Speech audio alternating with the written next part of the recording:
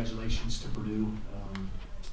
They're a really good team, super well coached, play hard, have really started to play well. They obviously over this week they got a couple good wins, but it's never an easy place to come in here and play. And I'm really proud of my team because I was thinking before I got on the bus to come to the game. We played 9 guys in this game. 5 of them are playing in their first conference game today. 5 of the 9. Our 4 freshmen and Pat Spencer, and one of which, Pete Nance, missed half his season with mono last year. So you're talking about 6 of the 9 guys being thrown into maybe the greatest environment, not only in the Big Ten, but as good as anything in the country with this fan base, and the as good as Purdue plays at home. So for us to come out, to not be rattled by that, to compete at a real high level, I feel like we're getting better. We have to continue to learn how to win. We got the game to 49-42. Thought we were getting a little tired.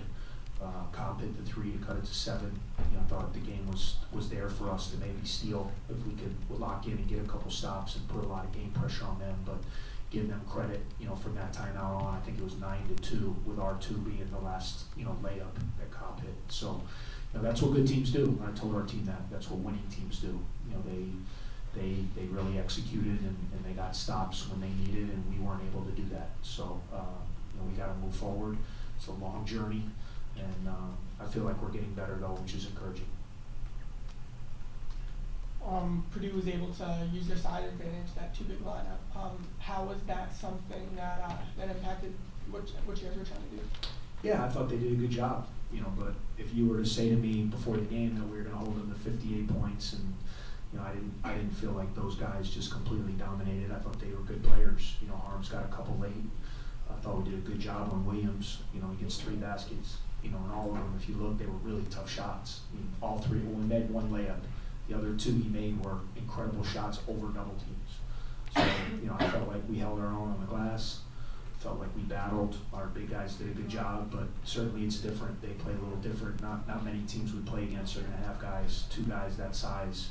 And then we tried to take advantage of some things we thought we could do on the offensive end, and I thought when we took care of the ball, we got some good looks against them.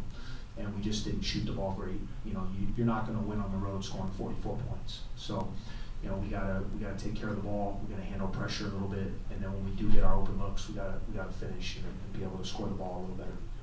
Yeah, and then with Pete, what was tonight the night where he was able to pick it up offensively? Well, he got some shots early.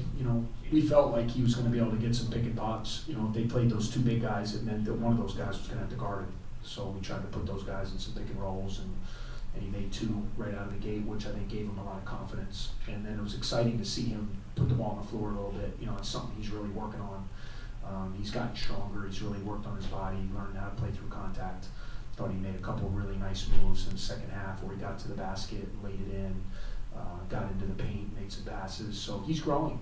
He's hopefully when you guys see, we're a super young team that's growing. We're getting better. Where we are now versus where we were in game 1. We're a better team. Guys are getting confidence. Guys are getting experience, and now we have to learn how to win. And sometimes with young guys, that's the final piece that comes, and it comes from the only way you can learn is by being in these games. You can't really practice it. You can't simulate the crowd. You can't simulate your fatigue. You can't simulate being in these arenas until you get in them. And that's what I was really proud about is we had all these young guys. I didn't know how they were going to respond. There's a lot of good teams that come in here and just get run out the gym. And it's happened recently. So I didn't know how our guys were going to be. With this crowd, with this energy, with the way they defend. And for us to come out and compete the way we did, that was a real positive, in my opinion, for our team. I wanted to go back to their bigger lineup, basically. Sure. This is only the second game they've used it, obviously. How does it just change them from a scouting perspective? How are they a different team than what you've seen? They're trying to play through the post now. When you have Wheeler, he's a perimeter guy. So he's a shooter. He's a pick and pop guy. He's a guy that puts it on the floor. So, when you go to him, it's more of a 4-around-1 type of look. Now all of a sudden, with 2 bigs, you got Harms as a 4 and you got Williams as a 5. So, we tried to mix in some double teams. I think those guys are really good one-on-one. Williams, in my opinion, may be the best just one-on-one scorer in the conference. If you get him one-on-one, he's a really tough matchup because of his touch and his ability to bury you down low and hooks and all the things he does. So he commands double teams. And so, you know, I thought we did a good job with it though. Again, I mean, of all their baskets, I thought Harms, he got a couple late, you know, a couple most of his baskets were on offensive rebounds. I didn't remember him getting any post scores.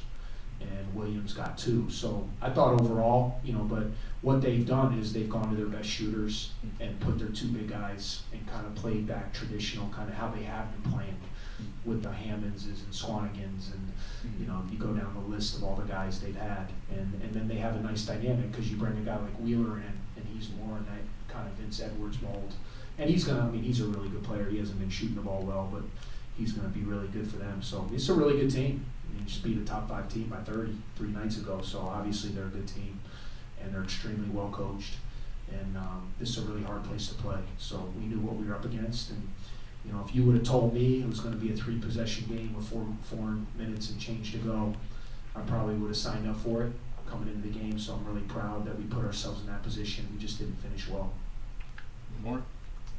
Oh, all right. Thank you guys. Thanks. Good luck.